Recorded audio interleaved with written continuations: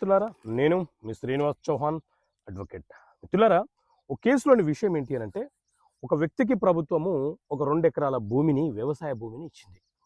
ఇప్పుడు ఆ భూమి ఊరికి దగ్గరలో ఉన్నది. అందులో అతను ఇల్లు నిర్మాణం చేసుకోవాలనుకుంటున్నాడు. సో దానికి గాను అతను నాలా కన్వర్షన్ చేసుకోవాలనుకుంటున్నాడు.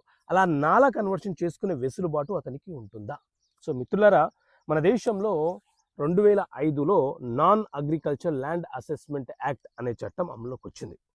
ఈ నాలా చట్టం ప్రకారంగా వ్యవసాయ భూములను వ్యవసాయేతర భూములుగా మార్చి వాటి మీద మనము పరిశ్రమల నిర్మాణం కానీ, ఇళ్ల నిర్మాణం కానీ, ఇతర నిర్మాణాలను కానీ చేపట్టడానికి అవకాశం ఉంటుంది. అయితే చెరువులు, కుంటలు, కాలువలు, శ్మశాన వాటికలు, దేవాలయ భూములు, అలాగే ప్రభుత్వము పేద ప్రజలకు ఇచ్చినటువంటి భూములు, ఉపాధి కోసం ఇచ్చినటువంటి భూములు, వ్యవసాయ భూములు ఏవైతే ఉన్నాయో ఆ భూములను మనము నాలాగా మార్చడానికి వీలు ఉండదు, అవకాశము ఉండదు.